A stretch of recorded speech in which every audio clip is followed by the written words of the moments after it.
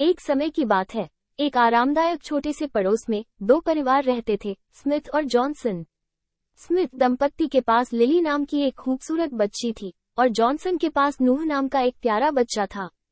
उनके घर एक दूसरे के बिल्कुल बगल में थे, केवल एक सफेद पिकेट बाड़ द्वारा अलग किए गए थे। लिली और नूह का जन्म सिर्फ एक सप्ताह के अंतर पर हुआ था और वे पड़ोसी के रूप में बड़े हुए थे। उनके माता पिता अक्सर मजाक करते थे कि उनका दोस्त बनना तय था, लेकिन उन्हें यह नहीं पता था कि नियति की इससे भी बड़ी योजनाएं थीं। जैसे जैसे साल बीतते गए, लिली और नूह की दोस्ती गहरी होती गई।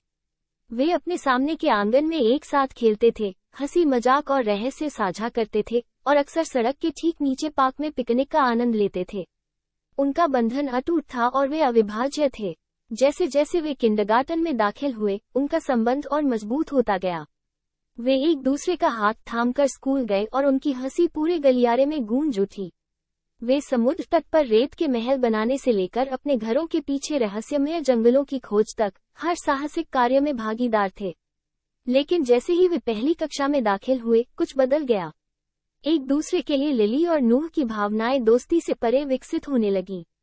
पहले तो उन्हें ये समझ में नहीं आया, लेकिन उनके पेट में तितलियां और कक्षा के दौरान चुराई गई निगाहें निर्विवाद थीं। एक धूप भरी दोपहर में, जब वे पार्क में अपने पसंदीदा ओक के पेड़ के नीचे बैठे थे, लिली ने आखिरकार अपने दिल की बात कहने का साहस जुटा लिया। उसने नूह की ओर देखा, उसके गाल गुलाबी थे, और बोली, नूह, मुझे लगता है कि मैं तुम्हें सिर्फ एक दोस्त से भी अधिक प्यार करती हूँ। नूह का दिल तेजी से धड़कने लगा और वो मुस्कुराया। लिली, मुझे भी ऐसा ही लगता है, उन्होंने स्वीकार किया। और ऐसे ही, ओक के पेड़ की छाया के नीचे, उनकी बचपन की दोस्ती एक मधुर, मासूम प्यार में बदल गई।